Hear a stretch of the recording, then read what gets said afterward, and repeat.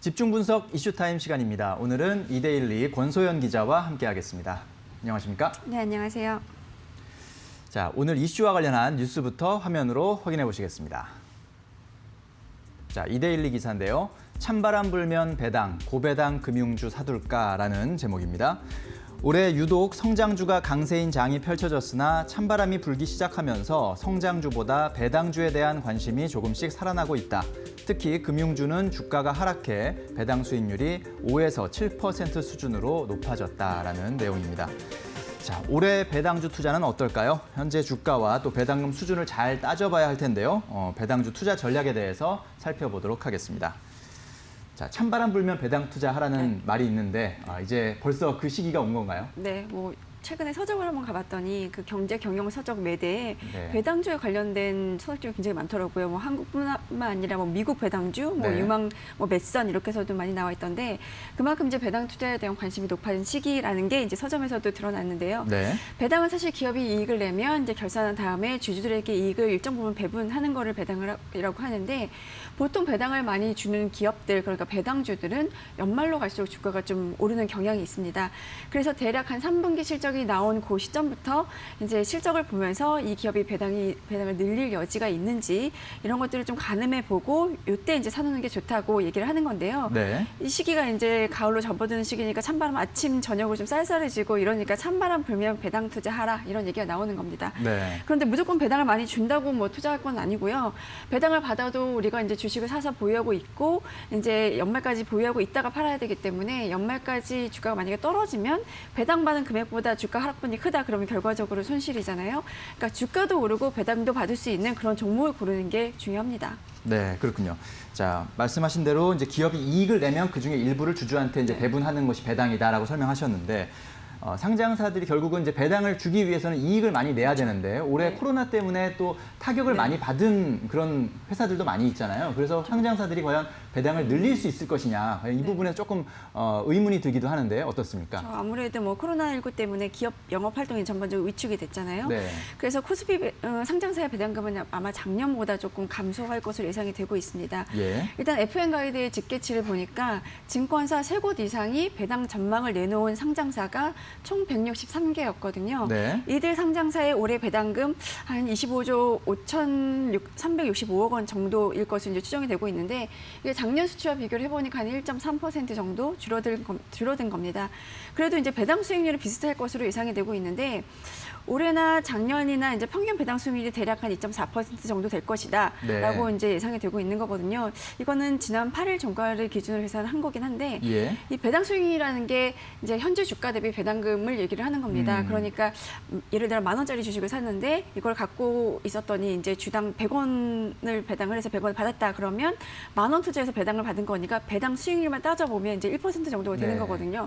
그러니까 이게 분모에는 이제 주가가 들어가고 분자에는 이제 배당금이 들어가고 거기에 이제 100을 곱해가지고 산출을 하는 건데 네. 예를 들어 주가가 그대로고 배당금이 낮아진다라고 하면 이제 배당 수익률이 낮아지는 거고 그렇죠. 배당금은 그대로인데 만약에 분모인 주가가 떨어졌다 그러면 배당 수익률은 높아지는 겁니다. 그렇군요. 그래서 배당금은 작년 대비 소폭 감소를 했지만 주가가 또 하락을 했기 때문에 네. 배당 수익률이 좀 비슷할 것이다라는 얘기가 나오는 겁니다. 그렇군요. 자, 배당 수익률 잘 따져보셔야 될 것 같은데 배당 수익률이 좀 높을 것으로 예상되는 종목들을 조금 투자자분들이 아마 관심 있게 지켜보시면 좋을 것 같은데 어떤 종목들이 좀 배당률이 높습니까? 일단 올해 배당 수익률 5% 이상일 것으로 예상되는 회사를 좀 추려봤는데 네. 총 20개가 나왔습니다.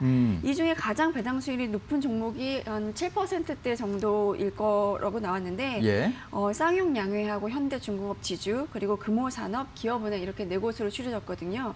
20개사 중에서 업종별로 보면 12개가 이제 금융주예요. 그렇군요. 그래서 하나금융지주, 우리금융지주, 그리고 KB금융, 그리고 신한지주 이런 데 이제 4대 금융지주의 이 배당 수익률이 한 5에서 6% 정도 되고요. 네. 메리츠증권이나 삼성증권, NH투자증권 이런 증권주도 비슷하게 한 5, 6% 정도의 배당 수익률을 기록할 것으로 보입니다.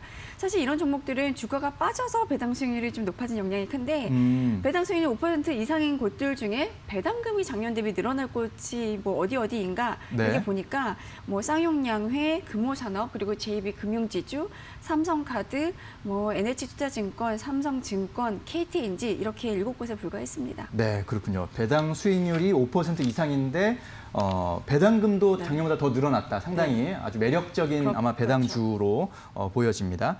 그런데 이제 배당을 받기 위해서 그 주식을 샀는데 주가가 떨어지면 결국은 또 낭패라고 볼 수가 있잖아요. 주가 전망도 조금 같이 살펴봐야 될 것 같은데요. 네, 사실 뭐 주가 전망이라는 게 신의 영역이잖아요. 근데 다만 이제 우리가 힌트를 얻을 수 있는 게 작년보다 배당금이 늘어날 것이다라고 예상이 되는 기업들은 작년보다 실적이 좋아지니까 이제 배당도 늘릴 수 있는 여력이 있는 거거든요. 그렇죠. 물론 뭐 모든 경우에 해당되는 건 아니지만 예. 그래서 종목별로 보면 이제 한미반도체 같은 경우가 배당금을 한 170% 늘릴 것으로 예상이 되고 있고 이거는 이제 예. 예상치입니다. 네. 한국가스공사 이런 데도 68% 정도 확대할 것으로 예상이 되고 있는데요. 네. 이제 전문가들 얘기를 좀 들어보면 지주회사를 좀 주목해봐라 이런 얘기들 많이 하거든요. 지주회사 같은 경우는 이제 주주 환원, 그러니까 주주 관리 이런 거에 굉장히 적극적이니까 이제 현대중공업 지주라든가 뭐 SK, LG, 뭐 한라홀딩스 이런 것들이 내년 뭐 실적이나 성장성 이런 관점에서도 괜찮고 이제 배당이라든가 이런 주주 환원책에서도 좀 적극적일 테니 이런 종목들을 좀 눈여겨보라 이런 얘기를 좀 합니다. 네, 그렇군요.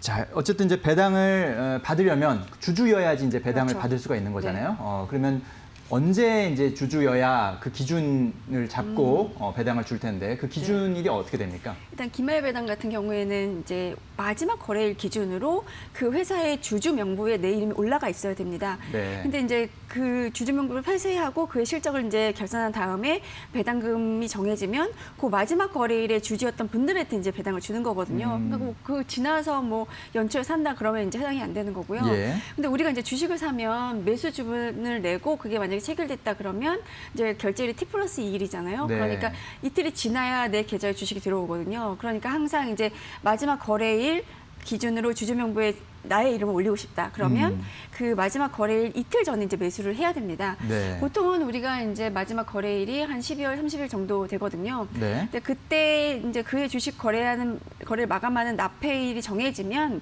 그 이틀 전까지 매수해야 배당 받을 수가 있는데 뭐 만일에 기말 배당 말고 우리가 요새 이제 분기 배당, 반기 배당도 많이들 하잖아요. 그렇죠. 예. 뭐 그러려면 예를 들어 3월, 6월, 9월 이렇게 분기별로 그 분기의 마지막 날을 마지막 거래일을 기준으로 D-2일에 네. 이제 주식을 매수하면 이제 분기 배당, 뭐 반기 배당도 받을 수가 있는데, 그러니까 이제 12월 뭐 이제 올해 30일이 무슨 요일인지는 봐야겠지만 뭐.